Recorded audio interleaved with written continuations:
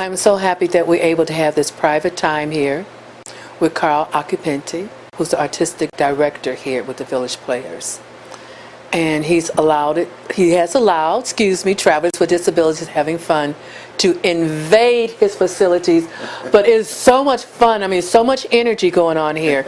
There's a lot going on. I'm just saying, you guys got so many things going on here today. What you got going? It's it's really fun when we have two different theaters. So in one room we have a reading for the musical Sunday in the Park with George, which is right. Well, we were there, and it was so cool. And meet Kevin, and, right, the director, and it's an amazing musical. It's a Stephen Sondheim. To me, it's his most brilliant piece of work ever. It's just. It's a picture that comes to life. It's a famous picture. And it's just great. So it really very, very exciting. So, you just opened up the whole door for us. So before we go any further, the Village Players here in Oak Park, Illinois. Right. How long have you guys been here? It's grown into the 49th season. Okay. So it's a long established company. And I've been a part of it. I came out and did my first show in 2001, and then I came back and acted again, and then I was asked to be the artistic director here.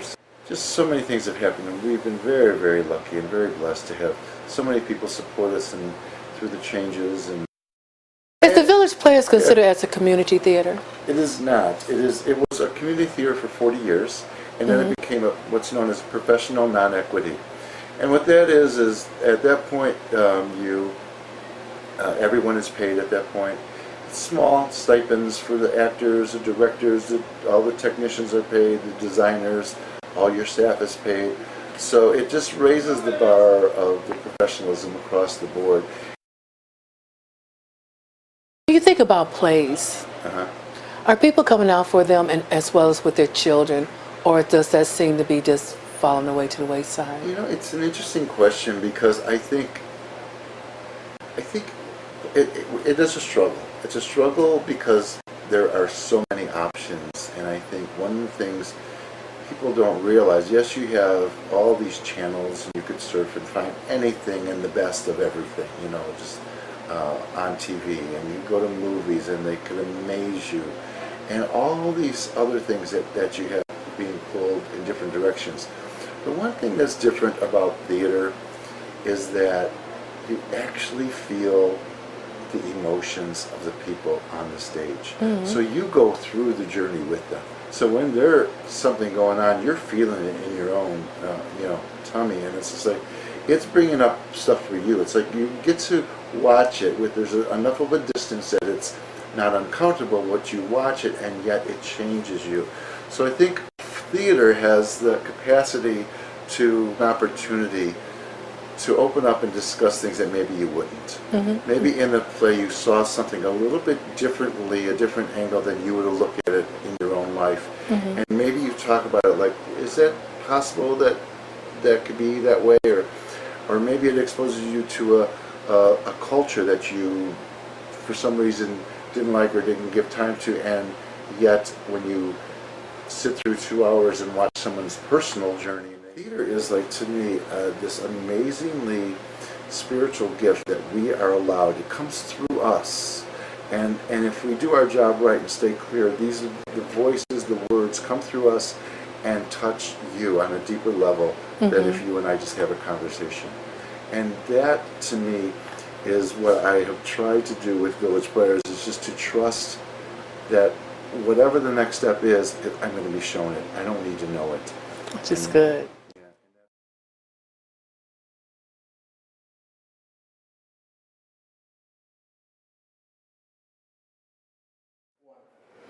Jack Crow, I want to thank you for allowing me to interrupt while you guys are working on this marvelous play. And I think I have it right. It's Jack Morton's TV Christmas Miracle. It's not Jack, it's Chad Morton's. No, it can't be. Miracle. But that's Jack Crow right there. That's right, that's me. But I thought you were Chad. Well. But the part that's so much fun about this is that it's an original production that you're going to do. Sarah, I think you're doing the music arrangements. Yes. And Doug, you're directing it. Right. First, I want to ask so my viewers to know what was so important about writing this play. Wow. Well, the play is about kind of a Bing Crosby or a Perry Como type character who's a member of the Rat Pack and stuff, who is kind of on the downward side of his popularity. So his Christmas special is not been getting the ratings it used to get, and the network is really upset and wants Chad to get hip and get a little mod, with his show. And Chad is really resisting this. So, it's a story. Doug and I kind of are the same age. We grew up watching Bing Crosby. So what type of music are you planning on using for this? It's going to be, there's a lot of Christmas standards. It's like a different twist on the standards. And then there's some original Christmas music as well. Mm-hmm. What type of actor and actress, is going to be part of this production? On a show like this, you need the triple threats, people who can act and sing and dance. Mm-hmm. It's definitely a comedy, so people who get that. A lot of fun. And we'll instruct them, and through DVDs and YouTube, show them musical TV specials from the 1960s. When you mentioned that this is back here in the 60s and you were watching Andy Williams and the programs during that period of time, what made you decide now in the 21st century? Did you just go to bed one night and then you woke up and say, I'm going to write this? Yes. Okay. Was it after like a pastrami sandwich and a beer or something? I think what brought this on? You know what brought it on? We needed a Christmas show. And we desperately needed a Christmas show, and we didn't want to pay royalties. So well, if you think about it, a lot of theaters do a Christmas show every year, and we wanted an original one. And if you want a miracle in a TV show, what times in our lives were there culturally where you could look at a real shift? And for us, that shift from what we now think of as an old-fashioned 1950s style into rock and roll and hippie in the late 60s was a tough time for entertainers. Yes. You know what we liked about it too is that in the 60s, it's not like today with 37 or 600 cable TV channels and YouTube and iPod, where everybody is segmented into different categories. Basically, we all grew up watching Bing Crosby and having Ella Fitzgerald as the guest on his show. So, are you changing it a great deal? Yeah, we're tweaking it. We're looking how to make it a stronger script. Of course, a more dramatic conflict. I know that doesn't sound like something you talk about in comedy, but really comedy and tragedy are very close. So that's what we're looking for, is to make it an even more exciting show. Okay.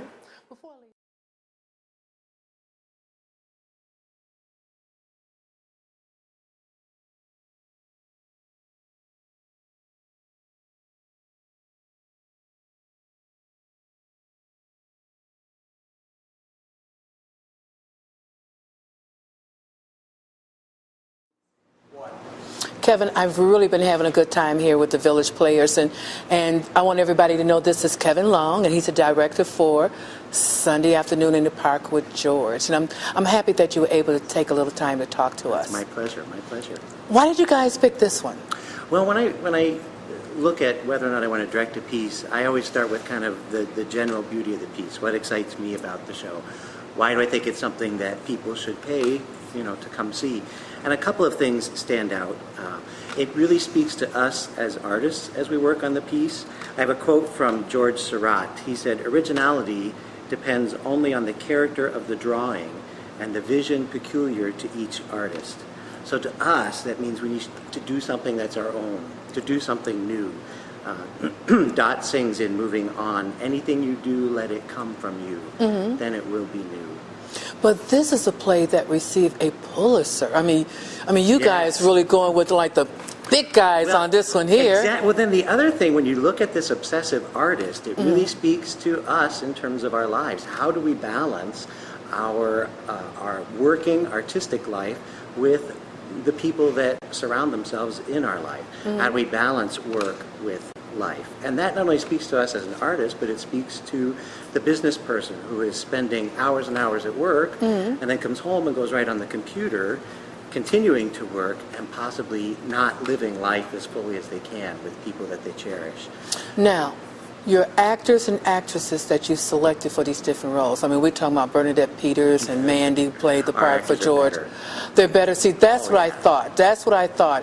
But how were you able to, even though you know you have a better actors and actresses, when you look at someone that come in and audition for a role?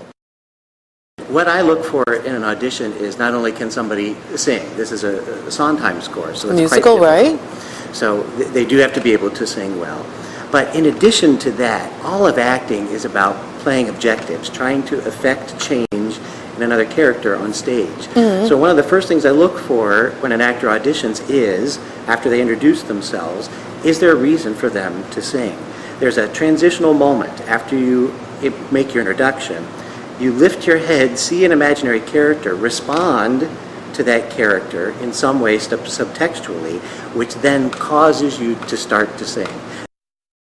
When you select your actors and actresses for a role, do you think of the original people that did that part and you try to get some similarity in their looks or style? Not at all.